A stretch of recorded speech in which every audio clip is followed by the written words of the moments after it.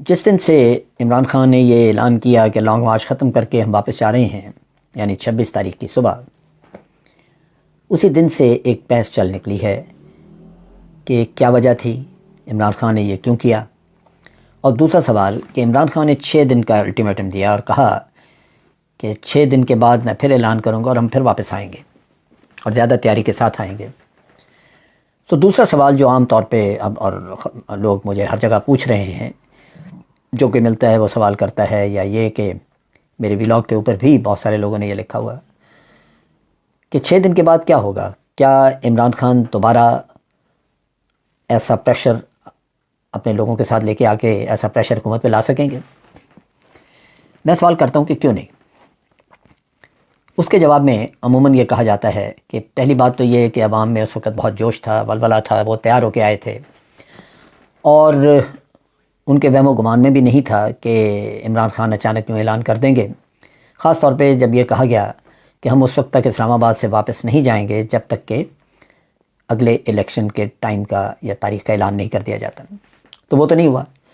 سب کو شروع میں یہ شبہ گزرا کہ شاید کوئی ڈیل ہو گیا ہے، لیکن وہ نہیں تھا۔ پھر کیوں یہ ایسا کیا گیا؟ عمران خان نے ایک وضاحت دی کہ یہ بہت بڑا خون خرابہ ہو سکتا تھا اس کی وجہ سے، اور بہت سارے لوگوں کی جانیں جاتی، وہ مناسب نہیں تھا، اور میں نہیں چاہتا کہ ریاست پاکستان میں ایسے حالات پیدا ہوں جہاں انسانوں کا خون جائے، یا افواج پاکستان یا رینجرز ان کے سامنے ان کی اور پبلک کی کنفرنٹیشن ہو جائے۔ یہ بات بہت حد تک درست ہے۔ میں واشنگٹن پوسٹ کی خبر دیکھ رہا تھا جس میں واشنگٹن پوسٹ نے اسی لانگ مارچ پہ تبصرہ کیا تھا۔ 2 چیزیں اس کی بہت زبردست تھیں۔ ایک تو یہ کہ اس نے اس بات کی واشنگٹن پوسٹ نے گواہی دی ہوئی تھی کہ ریاست پاکستان یا جو آج کی حکومت ہے، جو کہ غیر اخلاقی ناجائز حکومت ہے، اس حکومت نے ریاست کی طاقت کا میسو استعمال کیا، بہت زیادہ استعمال کیا، یعنی اتنا استعمال کیا جو میسو کا لفظ استعمال واشنگٹن پوسٹ نے استعمال کیا ہے، اس سے صاف ظاہر ہے کہ ریاست کے پاس جو کچھ بھی تھا انہوں نے جھونک دیا، ان کے سامنے لگا دیا۔ دوسری بات اس نے یہ کہی واشنگٹن پوسٹ نے کہ اس میسو فورس کے استعمال کے باوجود عمران خان کے مارچرز جو تھے، جو اس کے مارچ کر کے لوگ آ رہے تھے، وہ اسلام آباد پہنچے۔ یعنی یہ جو کہا گیا تھا کہ ان کو اسلام آباد نہیں آنے دیا جائے گا، نہیں پہنچنے دیں گے، وہ بات ختم ہوئی، وہ نہیں ہو سکی، اور لوگ پہنچے ہر حالت میں باوجود ظلم و بربریت کے۔ اور اس کی گواہی کہ کتنا پولیس نے اور کس طرح بے دریغ مارا ان لوگوں کو، کس قدر بدتمیزی کی گئی، کس طرح چھاپے مارے گئے، یہ تقریباً تمام انٹرنیشنل میڈیا نے اس بات کی گواہی دی ہے۔ لیکن ہوا کیا؟ 25 تاریخ اور 25 اور 26 کی درمیانی رات پی ٹی آئی نے اور اس کے ورکرز نے ایک نئی تاریخ رقم کر دی۔ ان لوگوں کو یوتھیا کہا جاتا تھا، یہ سمجھتے تھے، باقی لوگ سارے یہ کہتے تھے کہ یہ وہ یوتھ ہے، یوتھ سے یوتھیا، جو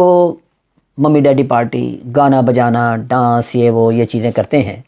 اور انٹرنیٹ وغیرہ سے زیادہ آگے نہیں بڑھتے، ان کے سارا زور سوشل میڈیا پہ ہے۔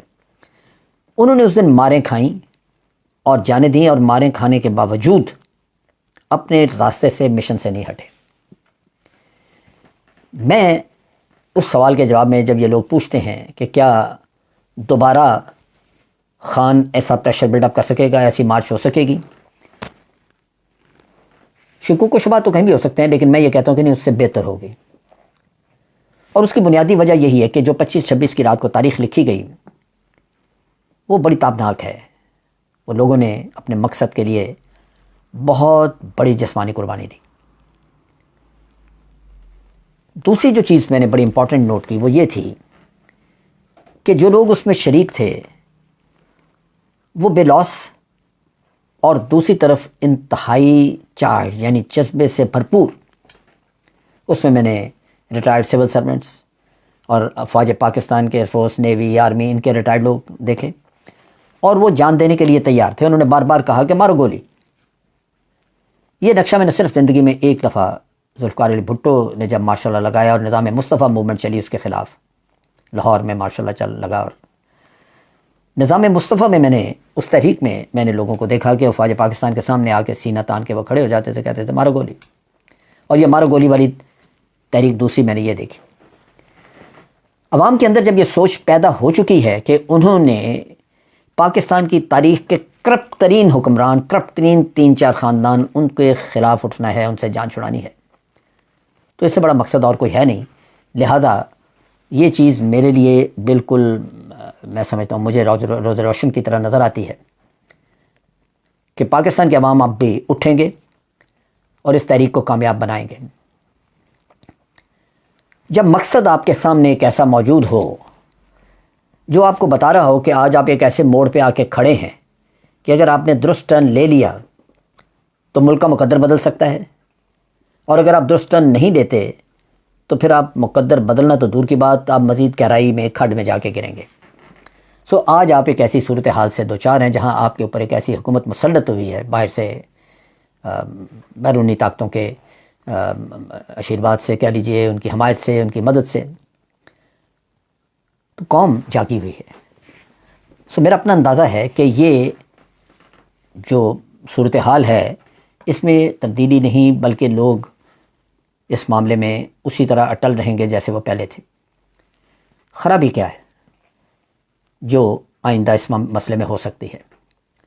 سپریم کورٹ کے آرڈرز پہلے بھی تھے کہ اس مارچ کو چلنے دیا جائے، اس میں روکا نہ جائے، تشدد نہ پہ کیا جائے، لیکن سب کچھ ہوا۔ جھوٹے مقدمے بنائے گئے عمران خان پہ بھی اور سب ان کے پی ٹی آئی کے لیڈرز پہ۔ اس کی ایک بنیادی وجہ ہے پی ایم ایل این کے خمیر میں یہ چیز ہے کہ وہ جھوٹ بولتے ہیں، اور انہوں نے اخلاقی قدریں اتنی پامال کر کے رکھتی ہیں اس ملک میں کہ جھوٹ ایک عام معمول بن چکا ہے، اور جھوٹ بولنے کے بعد قطعاً کہیں شرمندگی کا کوئی شائبہ بھی نظر نہیں آتا جس سے انسان یہ سوچے کہ یہی شخص کچھ اور کہہ رہا تھا پہلے، اب کچھ اور کہہ رہا ہے۔ لوگ اکثر مریم کی بات کوٹ کرتے رہتے ہیں کہ میری تو کہیں کوئی جائیداد ہی نہیں، اور پھر جائیدادیں یہاں پہ اربوں روپے کی جائیدادیں ہیں، اس کو چھوڑ دیں۔ اور بہت ساری چیزیں، پاناما کیس کی جائیدادوں اور کیسز کے بارے میں عام بات ہوئی، میاں صاحب نے پبلک میں تقریریں کی کہ سب ثبوت موجود ہیں، شاید موجود ہیں، نکلا کیا قطری خط، اور پھر آپ اس سے پہلے کا دیکھ لیں۔ بے نظیر کی حکومت کے خلاف ہر وہ سازش جو زمانے میں بھی 2 دفعہ بے نظیر پرائم منسٹر بنی، دونوں دفعہ جب وہ نکالی گئیں تو سازش کے سرگنا مین لیڈر ہمارے میاں صاحب تھے، اور میاں صاحب کے تعاون کے بغیر یہ کام ہو نہیں سکتا تھا، انہوں نے کیا۔ اور اس کھیل کے بعد بھی اب جب وقت آتا ہے، ان کی اپنی حکومت گئی تو وہ کچھ اور راگ الاپ رہے ہیں۔ آپ کو یاد ہوگا کہ یوسف رضا گیلانی کے خلاف بھی یہی عدالت میں گئے تھے اور اس کا ٹینیور ختم کرایا وزیر اعظم کا، لیکن اب میاں صاحب بار بار یہ کہتے ہیں کہ پاکستان کو بدلنا چاہیے، سازشیں کر کے یہاں پہ کسی بھی وزیر اعظم کو اپنا آئینی وقت پورا نہیں کرنے دیا گیا۔ سازشیں آپ کریں، شکایت آپ پاکستان کے عوام سے کریں، یہ وہ المیہ ہے۔ اور جھوٹ، اب یہاں بھی جو پرابلم ہے وہ یہ ہے کہ جھوٹ جو ہے وہ پھر پوری طرح چھا جائے گا، اور پاکستان تحریک انصاف کو اس کے لیے سب بندی کرنی ہوگی، اس کے لیے سوچنا ہوگا کہ کیا کیا جائے۔ پہلا خطرہ تو مجھے یہ نظر آتا ہے کہ جب لوگوں نے نہتے لوگ اور اتنی ماریں کھائیں، جعلی مقدمے بنے، کسی پہ کہا جس سے ہتھیار برآمد ہوئے ہیں، کسی سے کچھ، سو میرا اندازہ ہے کہ اب لوگ تیار ہو کے آئیں گے، اور خطرہ اور ڈر اس بات کا ہے کہ کوئی بڑا تصادم نہ ہو جائے۔ سو اس میں جہاں ہم عوام کو ریکویسٹ کریں گے، اپیل کریں گے کہ بھائی آپ بھی تھوڑا تحمل بردباری کا ثبوت دیں، تحمل سے قانون کو ہاتھ میں نہ لیں، وہاں حکومت کی پہلی ذمہ داری ہے کہ وہ مظاہرین کو مجبور نہ کریں کہ وہ کوئی تشدد کی طرف جائیں۔ جب وہ مظاہرہ کرنے کے لیے آ رہے ہیں اور ایک چیز کی گارنٹی دیتے ہیں، اور خاص طور پہ جب مظاہرے میں عورتیں شامل ہیں، بچے شامل ہیں، کوئی سوچ بھی نہیں سکتا کہ وہ کوئی دنگا فساد کریں گے، لیکن اگر آپ ان کے اوپر تشدد کریں تو اس بات کا خطرہ ہے کہ آپ ان کے جائز حق کو کچلنا چاہتے ہیں، وہ آگے سے ریٹیلیٹ کر دیں۔ دوسری جو چیز سامنے رکھنی ہے وہ یہ ہے،